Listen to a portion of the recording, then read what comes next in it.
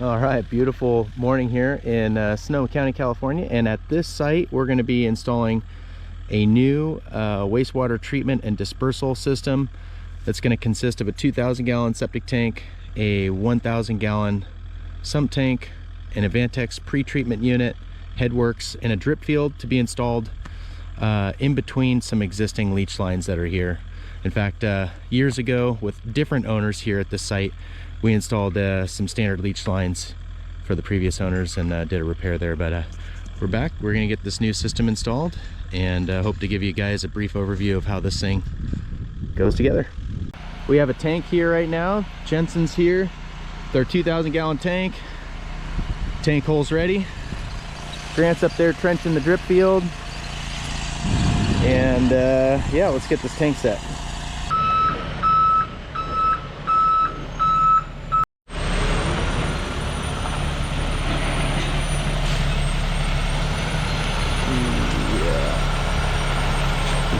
Guy is ambitious.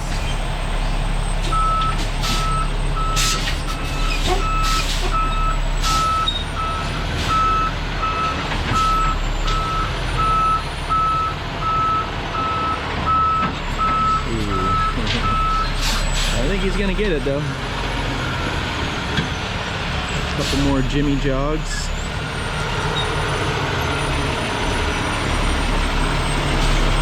This for him real quick.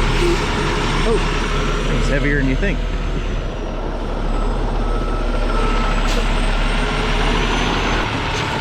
Yeah, there we go. Okay.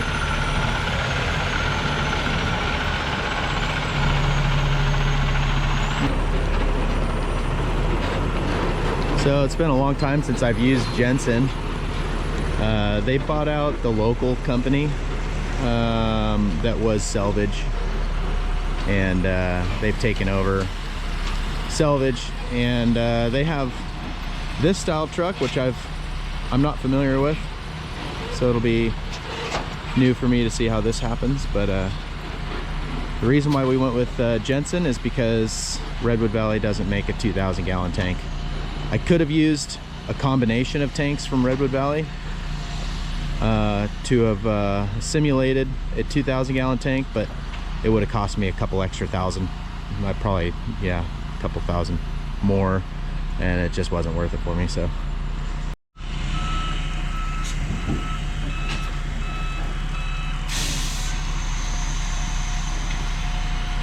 all right, that should work. And I think he's gonna back up right here, put the stabilizers out, grab that tank right off the trailer and set it right in the hole.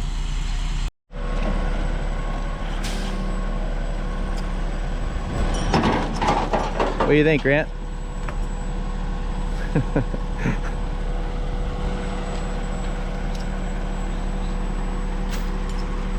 Well, if you're gonna set a tank with this truck, you're gonna really need some overhead clearance. That's up there a ways.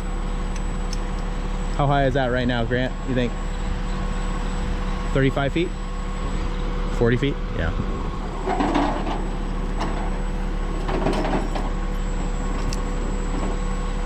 So a lot different than a knuckle boom or the A-frame style truck that we've been using when Redwood Valley delivers. But he's connecting his lead chains to the 4 lifting points on that tank, and I imagine he's gonna work to center up the pull line directly over the center of the tank when he starts lifting. That way the tank doesn't go swinging once it becomes airborne. It's got a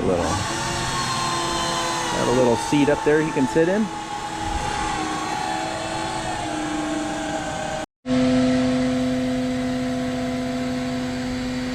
She's airborne.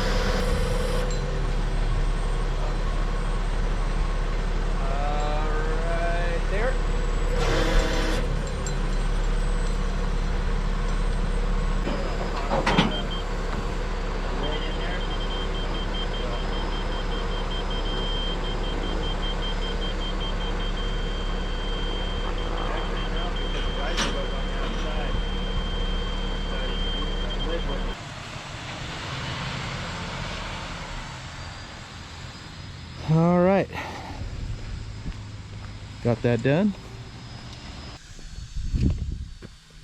But yeah, looking good. Got a nice gap for backfill all the way around it. And gonna take a little lunch break and get back after it.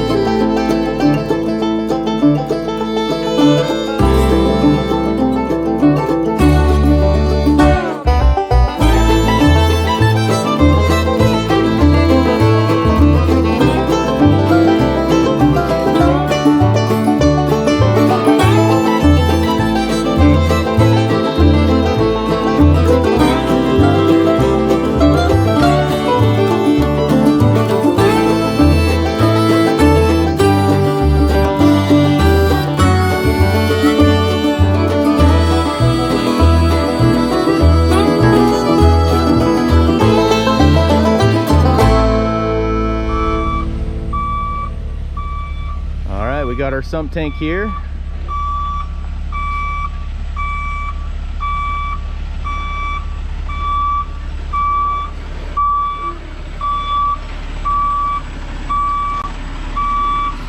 It's short and wide.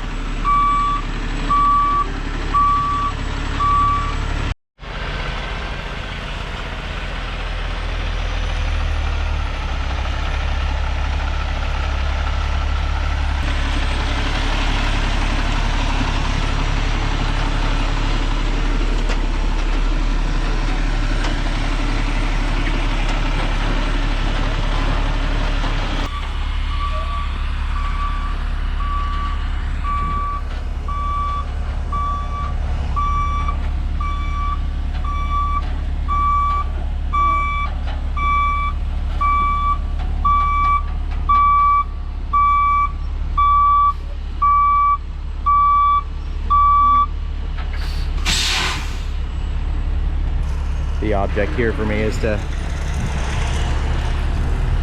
the pulley system rolls out on this beam right here. It doesn't go all the way to the end, right? So it stops right about there ish, and so it's going to hang that tank straight down. So what I'm trying to do is make sure that the truck is backed up far enough so the tank can go down in the center of the hole there. Let's get this puppy unstrapped and down in the hole.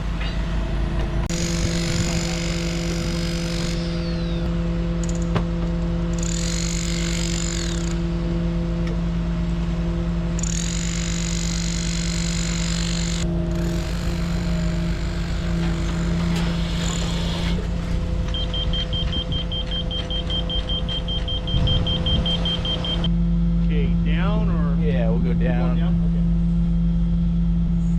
End up probably setting the edge of the tank somewhere right about in here. Okay, so we'll need to go. Yeah, we'll need to go uphill, yeah. Swing it over.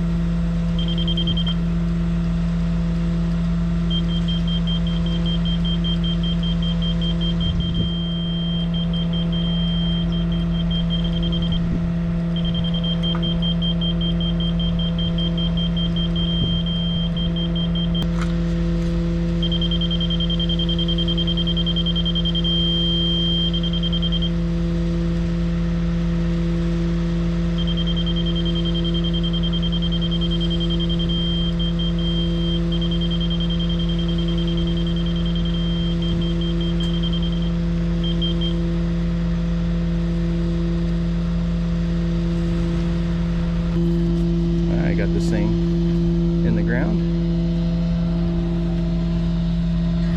Looking good. So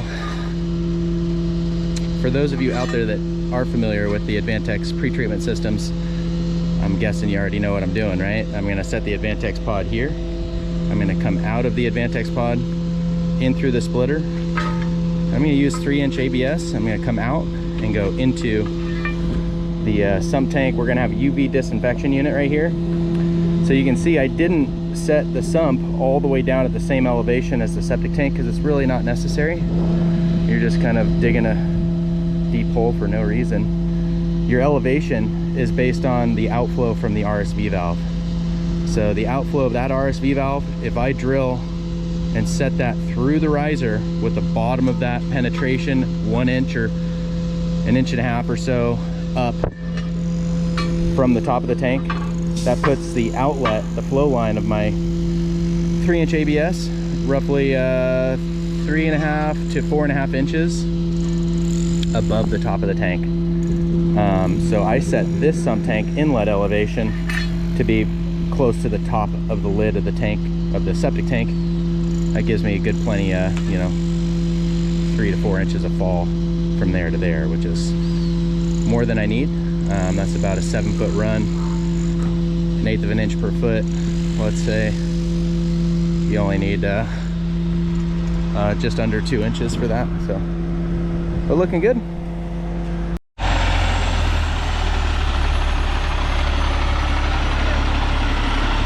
Thanks, Mark. We'll see ya.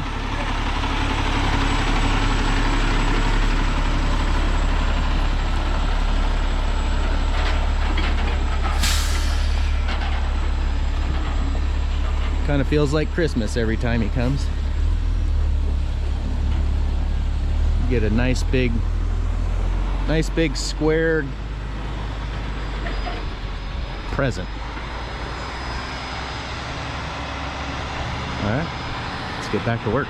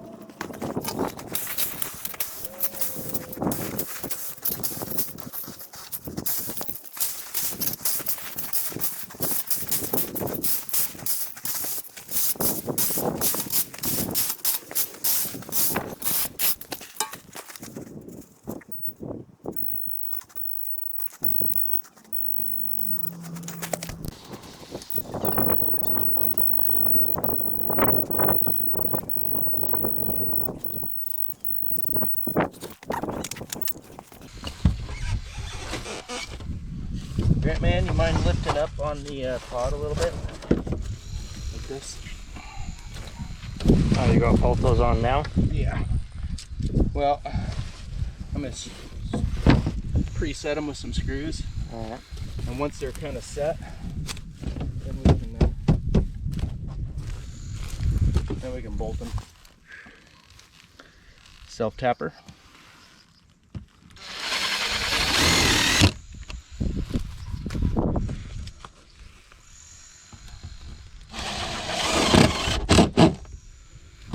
Yeah, all the way out, I guess.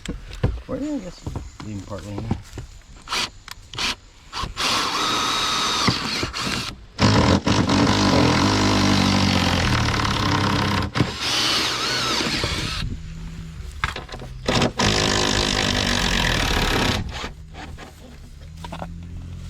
Good.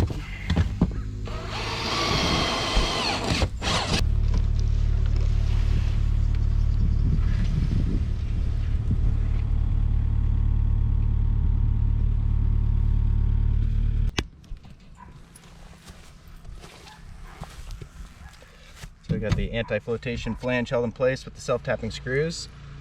I'm going to take a bolt and a washer, come in from the top, go down. I'm going to take a washer and a nut on the bottom side. Go ahead and get that started.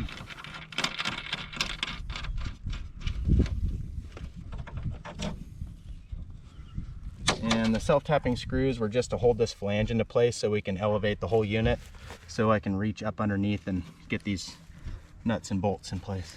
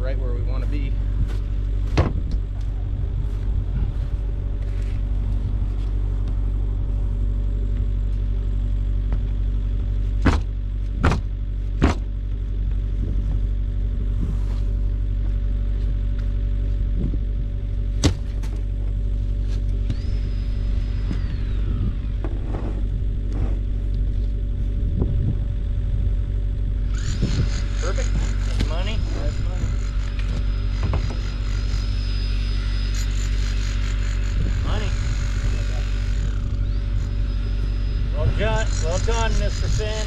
All right. Take it. No, I got it. Thank you. Wire is just about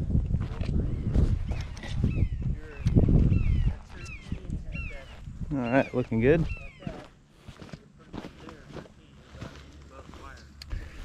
I'm keeping it really tight here on this side. We have a vent going on there, but the tighter I keep it to that side, the more of a shelf that I'm gonna have over here for the outfall coming out of the Advantex pod. It's gonna be able to ride on top of that bench and come right into our splitter valve that we have yet to plumb here. So looking good.